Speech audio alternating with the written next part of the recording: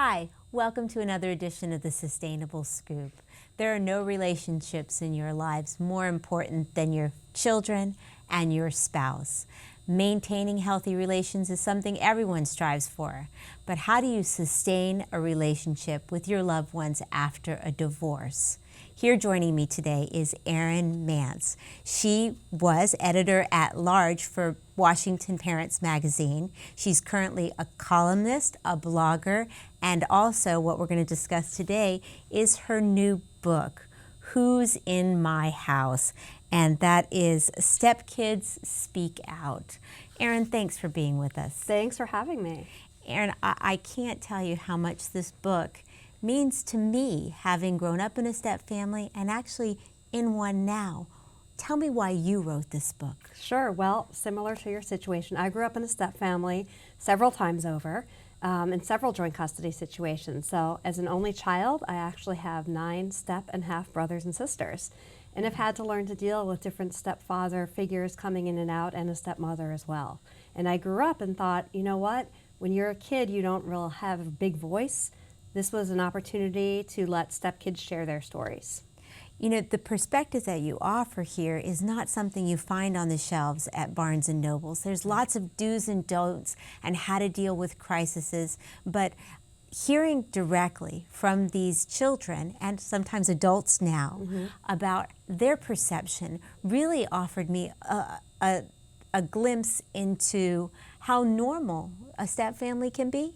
Absolutely. I mean, I think the dynamics in any family are always there. In the step family, they're amplified, as I'm sure you can understand.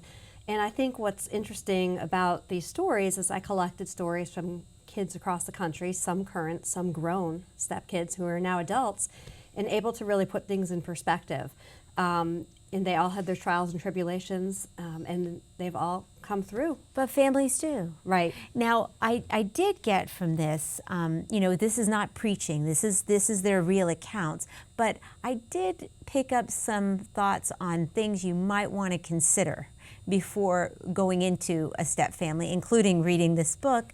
And some of them came up, you know, special occasions, like holidays, or who's going to pay for college, or you know what curfews are. A lot of it is discipline and who's in charge. Absolutely. I mean, things like holidays are a great example. One family used to have a real tree, another gets a fake. What happens this year, you know, on Christmas? Discipline, the kind of snacks you buy, what TV shows are allowed.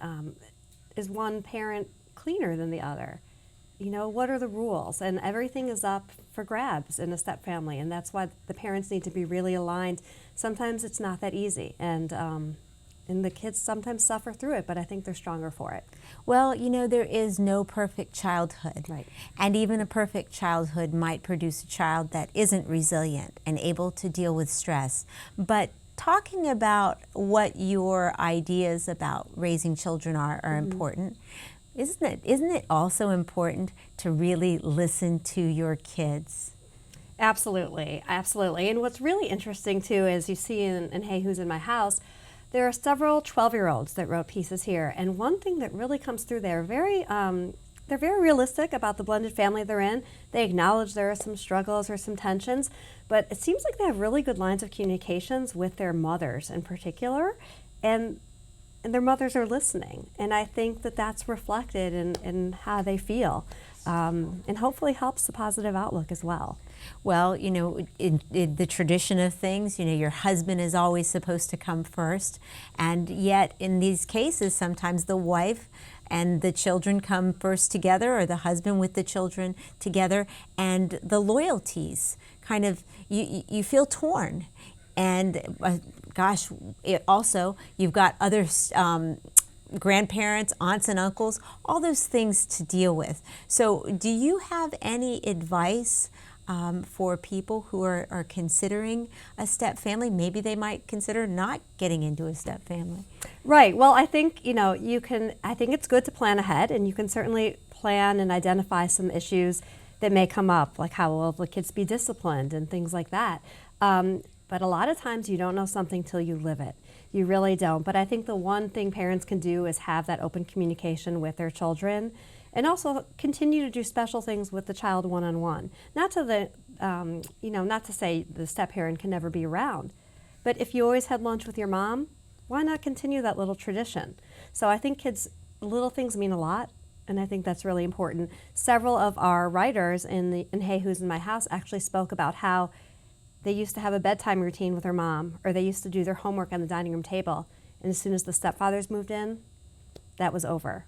And it's those little things that they remember. And you said it, they get amplified Yes. when you're in a family situation with the stress of life.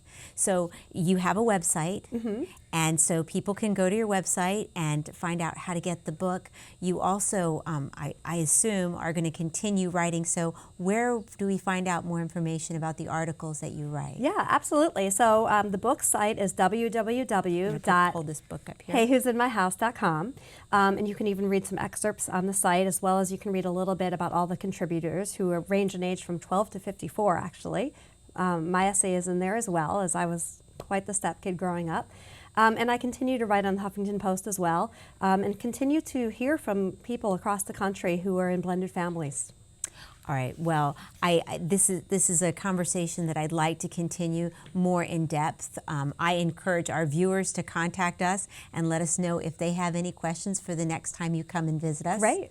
Thank you so much for Thank writing you. this book, Erin. It really is a gift. Thank you. And I want to thank all of you for watching The Sustainable Scoop. I'm Miriam Gennari. Back to the news desk.